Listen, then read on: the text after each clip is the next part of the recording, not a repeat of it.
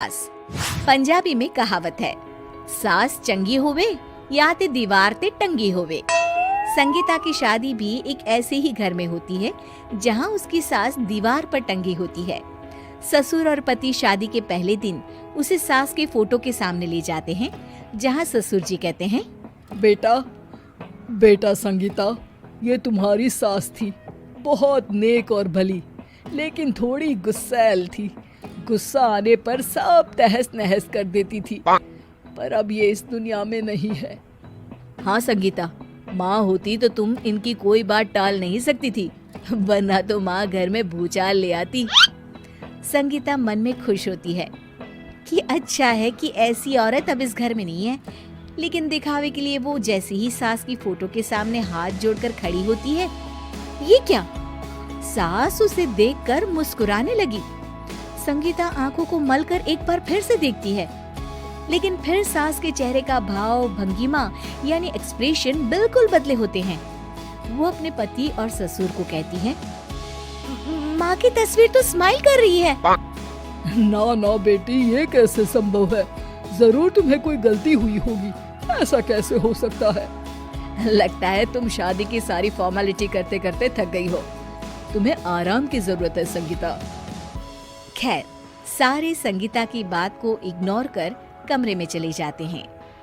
वैसे सास की फोटो पर एक्सप्रेशन एक के बाद एक बदलते ही रहते हैं।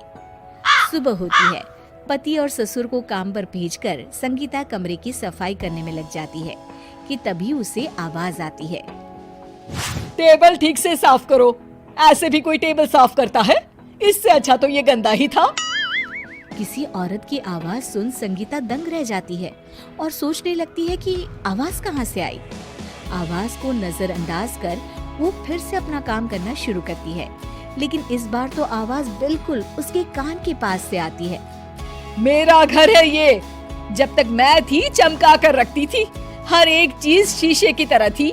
तुम्हें तो ना सफाई आती है ना कुछ पता है। क्यों तुम्हें मेरे घर की जिम्मेदारी दे दी गई है? पता नहीं तुम में मेरे बेटे को क्या दिखाई दिया। मैं होती तो एक से बढ़कर एक लड़कियों की लाइन लगा देती। अब संगीता को समझने में देर नहीं लगी कि ये आवाज किसी और की नहीं बल्कि उसकी सास की है, जो दीवार पर टंगी है। वो उसके पास जाती है और कहती है, नमस्ते सासू माँ, मुझे तो कल ही लग रहा था कि दीवार में कुछ काला है। वो दीवार नहीं, दाल होती है पगली। सही पकड़े हैं सासू माँ। तो क्या हो गया आपको जो आप यहाँ भी चैन से नहीं बैठी हैं? सुना मैंने आपका व्यवहार काफी गुस्से वाला था। चुप रहे तू, ज्यादा बकर बकर ना कर। घर का काम करना तो आता नहीं, आई है मुझसे बहस करने। हाँ देखिए सासू माँ, मैं आपसे साफ साफ कह देती हूँ, मुझसे पंगा लेने की कोशिश मत करिएगा। तभी पीछे से संगीता का पति आता है। अरे संगीता, किससे बात कर रही हो? कौन है वहाँ? संगीता की सास की फोटो फिर से पहले जैसी हो जाती है। आपकी माँ से कह रही थी कि मुझे काम करना आता। अरे संगीता, माना सास के ताने हर बहू को अच्छे लगते हैं, लेकिन यहाँ तो माँ है ही नहीं, तुम तो फोटो से ही। तुम भी लाजवाब हो संगीता। किसी को विश्वास नहीं होता कि संगीता अपनी मरी हुई सास की फोटो से बात करती है।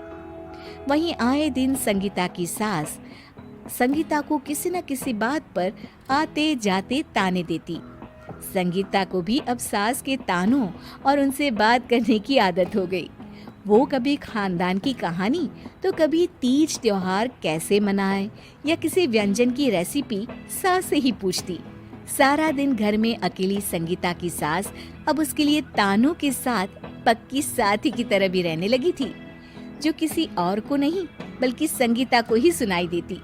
तो देखा आपने, सास बहू का रिश्ता हर रिश्ते से ऊपर होता है, फिर चाहे वो खट्टा हो या मीठा।